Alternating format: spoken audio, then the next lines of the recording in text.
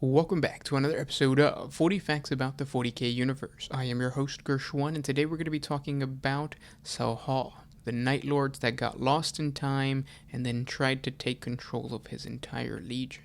If you're new to the channel, subscribe. We post Warhammer 40K lore videos every single day. If you have any suggestions, please comment down below. And if you enjoy our content, thank our patrons on Patreon. It is because of them that we can do this. Link in the description if you guys want to support us. Spoiler alert for the Lord of the Night book. If you are reading that, this is kind of spoil the whole ending for you. So just you've been warned. But with that said, let's get into 40 facts on Salhal. When the Horus Heresy began, first captain of the Night Lords, Zhao Sahal, also known as the Talon Master, pled complete loyalty to his Primarch Conrad Kurz, rather than the Emperor of Mankind. Like so many of his Night Lord brethren, Sahal believed devoutly in the War Master Horus's rationale that the Emperor of Mankind had betrayed Kurz and the Night Lords by retreating from the Great Crusade to Terra to seek his own divinity and leave civilian bureaucrats in control of the Imperium, rather than one of the Primarchs who had won the galaxy for him. Before the Night Haunter's death, Salhal was designated by the Primarch as his heir. Knowing that he would die at the hands of a Calidus assassin, Conrad Kurz chose Captain Sahal as the next in line to wear the crown of Knight, or the Corona Nox. This was a sacred artifact that the Primarch wore first as a sign of his rule over his homeworld of Nostromo, and then as a symbol of office for the rightful successor as the ruler of the Night Lord's Legion after Conrad Kurz's prophesied death. The artifact was a literal crown that was forged from the adamantium recovered from the planetary crust where his gestation capsule had crash-landed when the Primarchs were first scattered by the forces of chaos. The crown had a number of rubies known as bloodstones and a single diamond embedded within its surface that contrasted with its obsidian frame. Inheriting the Corona Nox would prove to the Night Lord's Legion that Salhal is the undisputed successor, but before the Corona could be passed on, it was stolen by the assassin Mishan after the death of Conrad Kurz, and this is when Sahal's obsession with this sacred artifact began. Enraged with vengeance and ignoring the warnings of his Primarch, Sahal relentlessly pursued the Calidus assassin, only to be ensnared by the schemes of the Eldari, which ambushed his starship in an attempt to take the dead Primarch's crown for themselves. During the altercation, Sahal was trapped in a warp storm. Luckily, he wasn't killed. Instead, 10 millennia passed in real space while Sahal was trapped in the Immaterium. When he awoke, he discovered that his starship had emerged from the warp and crashed on the Hive world of Azerbus, transporting him from the early 31st millennium to the late 41st millennium. To make matters worse, the Corona Nox was once again missing from his possession. Salhal began his quest for the Corona once more, and began by killing the Azerbus Hive gangers who had stolen his precious item from his downed vessel while he was still in hibernation. Surprisingly, he discovered a kindred spirit amidst one of the gangs in the lower portions of the Hive cities, as these gangers reminded him of the people who had inhabited the Night Haunter's homeworld of Nostromo, his very own homeworld. This luck was short-lived, however, as members of the Inquisition's Ordo Hereticus, led by Inquisitor Costas, were investigating the planet for heresy. Salhal's quest for the Corona Nox was further complicated by the presence of a psyker named Mida Ashin, a young interrogator within the Inquisitor's retinue of acolytes who could sense his presence and his objective, and so Sahal led the Hive gang to war throughout the Hive city. Sahal continued to attempt to regain the Corona, and eventually signaled his fellow legionnaires amongst the Night Lords, now inhabiting a demon world within the Eye of Terror, to come to the planet and aid him in his quest. He was, however, deeply disappointed when these Night Lords arrived on Salhal, learning that in his absence, the Legion had forgotten Conrad Kurz's teachings, and instead had devolved after 10,000 Terran years under the constant influence of chaos, and they were little more than superpowered fear-craving psychopaths. The Night Lords were now led by the embodiment of corruption in Salhal's eyes, a demon prince of chaos undivided, named Krieg Azerbus, known during the heresy as the Axemaster, who had once been Salhal's greatest rival within the Legion. Sahal would go on to confront the demon prince that claimed control of what remained of the Night Lords. As Sahal laid eyes on his former rival, he realized that there was no hope for reclaiming his master's legacy, no hope for inflicting order and control upon a creature so utterly lost to chaos. The demon prince that once was Krieg Azerbus paused, shadow shifting despite its stillness, as its eyes that once were human glared down upon Salhal and narrowed. "You're smaller than I remember," it said amused. Its voice was a thing of mingled screams and echoes of tortured souls, harmonizing and direct. It bypassed sound and arrived fully formed like a migrant in the center of Salhal's brain. He fought the urge to vomit. The creature radiated despair as a fire emits heat, and he felt it coil through his senses, churning his confidence to paste, reducing every triumph he had ever enjoyed to failure. The creature was Krieg Azerbus beyond doubt. He was changed, almost beyond belief. He had grown massive. Where once there had been armor, now there was iron flesh, living warp stuff that withered and tightened, swarming with wicked runes. He was no longer a thing of corporality, that much was clear. In every dimension he ghosted and hardened, then faded to smoke, as if uncomfortable with solidity, burning with immaterial energies that flared not with light, but with dark, smoldering emissions poured from his long limbs like steams from a smithy, tentacles of shadows bulging from his spine, and then when he moved, it was as if the existence of light itself was forgotten. It was as if perpetual night had arisen, and morning would never arrive. At the tips of arms so long they plucked at the floor, claws glittered and spat sparks, forged not from flesh nor metal, but from the raw stuff of darkness itself. "Where is my legion?" Sahal said, pushing down the stifling failure, denying it for a sweet second longer, bolstering himself with foundationless courage.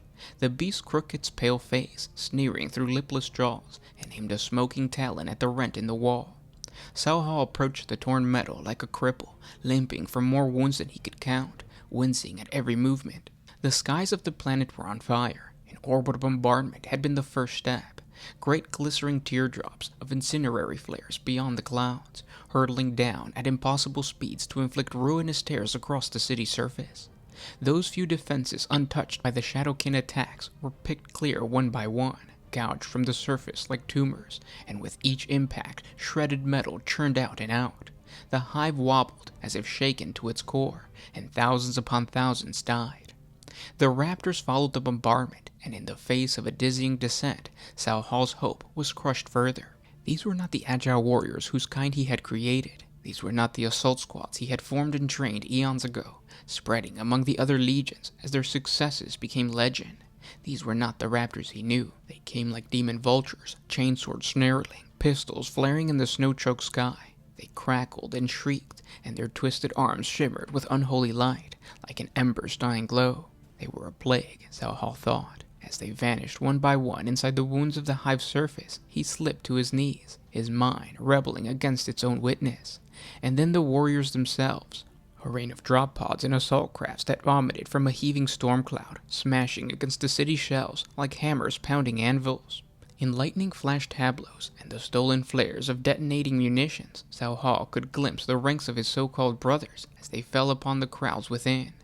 Blue and bronze whirlwinds, without grace or poise, frenzied, out of control, utterly chaotic. The Night Lords descended upon the planet like a bloody rain, and the screams of the population drowned out even the howlings of the perpetual ice storm. "Oh, my master, what have they done? What have they become?" The failure was a firebrand slipping into his eyes. It was a tidal wave, a bow blast of supernova, roiling and boiling to devour him whole. It settled on his shoulders like the weight of a galaxy itself, and he felt every bone in his body splinter to dust, every blood vessel burst, every atom of every part of him split and die. He was too late. He wondered if he'd already known, deep within inside himself. Perhaps he had always known. Since awakening in the ruptured belly of his ship, too long had passed, too many centuries had glided by, devoid of influence and leadership. His master had chosen him as his heir to bring focus to a legion in peril, to unite a body that threatened to tear itself apart, to offer more measures of temperance against the whispering seduction of power and rage. He had been selected as the legion's deliverance from corruption, and he had not been present to fulfill his vows. 100 centuries, unguided, unprotected, was more than long enough to succumb. The demon lord Azerbus hissed behind him, delighted by the carnage enacted below. Howls rose like smoke, the shrieks of dying men, the moans of tortured women, and the tears of youth. "This without purpose," Sahal whispered, gazing down into the flares. "Where's the sense in this? Have you no worthier targets than women and children?" Every target is worthy. The demon said, waves of despair carrying in his voice. And the purpose, little Talon Master, do you remember our master's lesson? The purpose is fear. It is always fear. Sahal turned to face the abomination, tears in his eyes, and above him it drew sinuous claws across its corporeal chest, eyes closed, face unturned. as if savoring a fine scent. Do you taste it? It whispered. Do you taste the terror of the world? Is it intoxicating? Sahal felt disgust engulfed him. You dare lecture me on Night Haunter's lessons, he snarled, anger gripping him, breaking through the shame and failure like a hatching beast. You dare, when you've fallen so far from wisdom. Fear is the weapon, fool, not the goal. The devil crooned, maw sprawling in delight. All righteous little Sahal, how I have missed you. Look at what you've become. You've spat in the face of his legacy. Have you no shame? Our master's legacy lives little, Sahal. The beast brandished a fist, clenching claws together. Through me, it prospers. Sahal would go on to attack the Demon Prince and defeat most of his foes, reclaiming the Corona Nox, though at the price of severely wounding his arm. Sahal eventually returned to the Eye of Terror to press his claim to rule over the Night Lord's Legion, but this attempt did not prove successful, as many of the members of the Night Lords now called Sahal the Betrayer, because he fled from the First Company while they were still battling the Eldari, so that he could continue to hunt down the crown. A further discussion between Talos Soul Hunter of the 10th Company of the Night Lords and the War Master Abaddon later revealed that Sahal's claim to leadership of the Night Lord's Legion had no more merit than any of the other supposed chosen successors of the Night Haunter, who displayed other stolen relics that belonged to their Primarch and claimed to be his heir. And those were 40 facts on the Night Lord Sahal. I hope you guys enjoyed this video, and I hope it inspires you to go out there and try to create lore for an individual character, either in your homebrew chapter or your homebrew army, whatever army you're collecting. It's a lot of fun to deal with time travel, so take advantage of that.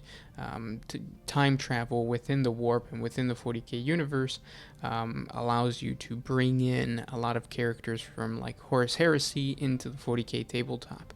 So you can get the stats of like a captain or a named character in the 40k rulebook or codex, and then just use the model of a Forge World, whatever it may be. You could either kit bash and create your own homebrew character, or you can even just pluck a character from the past, put them in the present, and there's ways to play around with that whole part of the 40k lore. But again, I just hope this really helped. Go read the Lord of Night if you want to, if you don't mind spoilers and what happens at the end. But obviously, if you want to read the conflict between Sahal and the Demon Prince, it's a pretty cool battle. So go check that out. And thanks for listening, guys. I'll talk to you tomorrow. This was Gershwan with One Mind Syndicate signing out.